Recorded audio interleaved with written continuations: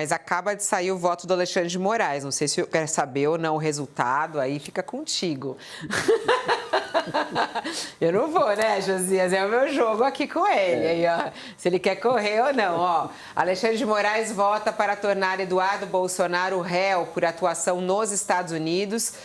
A gente sabe que é plenário virtual. Alexandre de Moraes já colocou o seu voto lá no plenário virtual e votou para tornar o Eduardo Bolsonaro réu por crime de coação no curso do processo. O julgamento começou às 11 horas da manhã.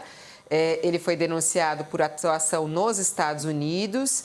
Segundo a PGR, buscou sanções contra o próprio país e contra as autoridades. Não tem aqui os detalhes do voto do Alexandre de Moraes. Só tem a denúncia da PGR. Ainda não saiu o detalhe do voto do Alexandre de Moraes, mas é isso. A única informação que tem, a gente está atualizando, a nossa equipe está atualizando, mas ele votou, então, para tornar Eduardo Bolsonaro réu. Não é surpresa, né, doutor Marlon?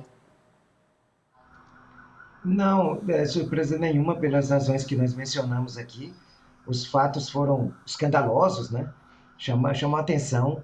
Eu queria até lembrar uma coisa que eu já disse aqui, falando com vocês nessa bancada, que me faz falta muito um tipo penal para situações como essa. Porque, em regra, as democracias têm a previsão do crime de traição. Foi o que aconteceu. Está saindo barato para ele a coação no curso do processo, porque o que ele fez foi trair o seu país, trair a pátria, buscar a força de um país estrangeiro para tentar subverter as instituições internas para buscar proveito pessoal. Isso tem nome, é alta traição, deveria ensejar uma pena muito mais alta do que a combinada para a coação no curso do processo, e eu ainda fico a esperar que o Congresso edite essa norma e fixe o tipo penal de traição que está faltando na nossa lei penal. Por estar aqui conosco nessa sexta-feira. Até! Até, muito obrigado. Interessante isso, né, professor Carlos Melo, sobre a traição. Ele até tinha falado já isso aqui outras vezes, né, Josias, o doutor Marlon Reis. E acredito que outro jurista também falou conosco aqui, além até de um embaixador que esteve aqui e falou muito sobre essa palavra traição, que isso deveria... Roberto Abdenur. Isso, o ex-embaixador Abdenur. O senhor acha que falta isso no nosso código, na nossa legislação, traição ao país? O que de fato ocorreu? O sujeito sai do país, vai para um estrangeiro, vai para outro país e instiga esse país, que é uma potência econômica e militar, contra o seu próprio país. Ora, o que é isso? Veja, e a ação não foi contra um governo, simplesmente, ou contra um regime, vá lá, se ele quisesse colocar nesses termos. A ação foi contra a economia do país, a ação foi contra as autoridades do país. Né? Isso trouxe muito prejuízo, isso trouxe temor.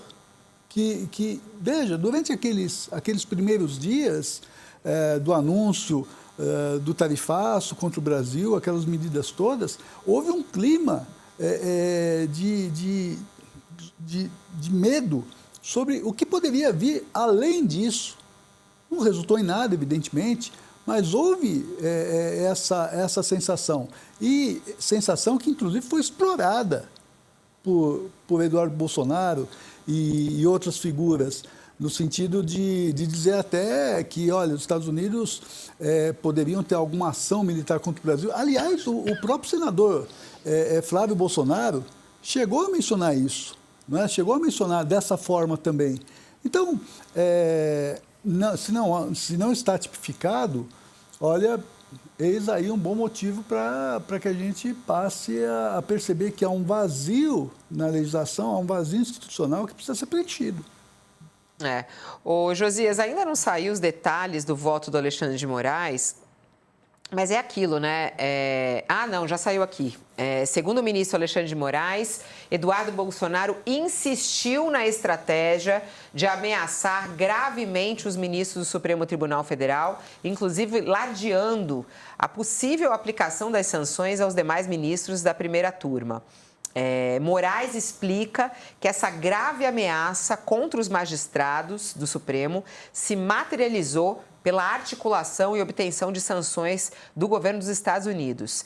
E com a aplicação das tarifas de exportação ao Brasil, o tarifaço, né, a suspensão de vistos de entrada de diversas autoridades, inclusive é ele mesmo, o ministro relator. O que escreve lá Alexandre de Moraes no seu voto? Abre aspas. O elemento subjetivo específico, favorecer interesse próprio ou alheio, evidencia-se, em tese, pelo fato do denunciado pretender criar ambiente de intimidação sobre as autoridades responsáveis pelo julgamento de Bolsonaro, também sobre as autoridades responsáveis por um possível projeto de anistia aos crimes imputados a Jair Bolsonaro e corréus responsáveis pela tentativa de golpe de Estado ocorrida no Brasil.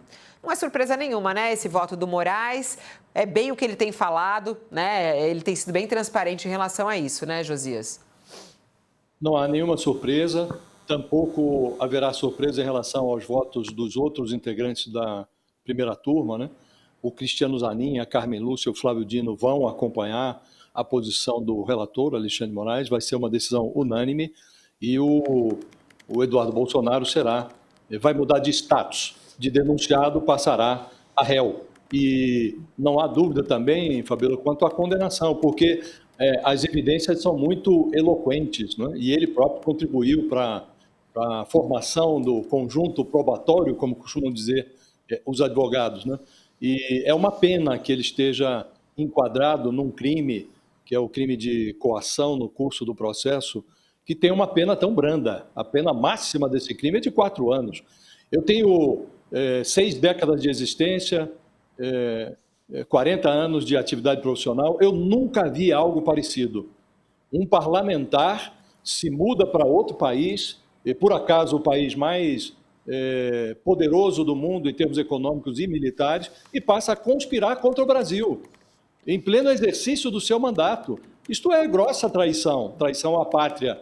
E é muito triste verificar que ele está sendo enquadrado neste crime que tem pena máxima de 4 anos. Pode ter uma agravante aqui, outra ali. Mais triste ainda, Fabíola, é perceber como a política está tratando esse personagem. Nós já sabíamos que a Câmara dos Deputados não tem muito apreço pela ética, não é? Mas isso ficou absolutamente escancarado depois que o Conselho de Ética da Câmara simplesmente arquivou o pedido de cassação do mandato do deputado Eduardo Bolsonaro. Está lá ele ainda, com o mandato, e a Câmara aguardando num comportamento que representa uma aberração, aguardando que ele complete o número de faltas. Em verdade, ele já completou o número de faltas que justificaria o afastamento por faltas. Mas, pela metodologia da Câmara, é preciso aguardar o final do ano, porque, na hipótese de o Eduardo Bolsonaro voltar ao Brasil, que todos sabem que não ocorrerá, ele poderia comparecer a um número X de sessões que preencheriam o número mínimo de presenças. Mas, então, estão empurrando essa decisão também para o próximo ano. E pode acontecer, Fabíola, coisa ainda pior. Suponha que a Câmara resolva fazer com o Eduardo Bolsonaro o que fez dias atrás, agora, recentemente, com outro deputado bolsonarista, o Gustavo Gayer, que tinha uma ação penal contra ele lá no Supremo, e a Câmara simplesmente suspendeu essa ação. E a Câmara tem poderes para isso. A Câmara suspendeu também a ação contra o deputado Alexandre Ramagem, no processo sobre o complô do golpe. Suspendeu tudo. E o Supremo falou, muito bem, a Câmara tem poderes para isso, mas nós só vamos considerar os crimes como suspensos, né? Os crimes imputados ao deputado e que tenham ocorrido depois do início do mandato dele, do início da legislatura. E aí tiraram, no caso do Alexandre Ramagem, aqueles crimes decorrentes do quebra-quebra. Ficou a tentativa de golpe, os crimes contra a democracia remanesceram e ele foi condenado também. Isso não significa extinguir o processo, mas suspende o processo.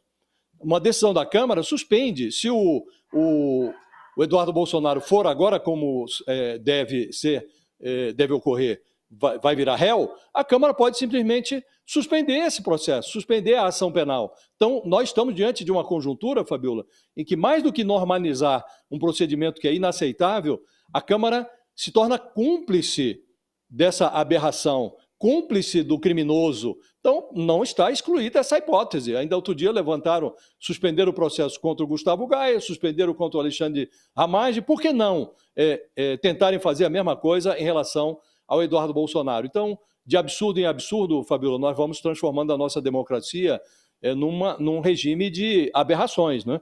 Mas é isso que nós estamos vivendo hoje.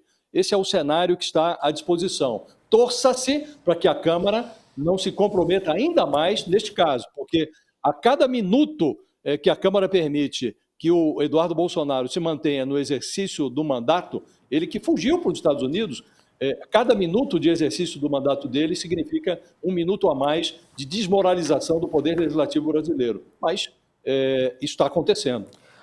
Agora são 11 horas e 22 minutos, a gente já está conectado com um personagem, na verdade, dono de uma loja que fica a 7 minutos da onde aconteceu a explosão lá no Tatuapé, mas o professor Carlos Melo quer falar rapidamente sobre esse caso, esse voto do Alexandre de Moraes e a repercussão disso para Eduardo Bolsonaro. Vai lá, professor. Quero pegar essa última questão do Josias com relação à Câmara. É necessário dar nome aos bois. Está custando muito caro para o país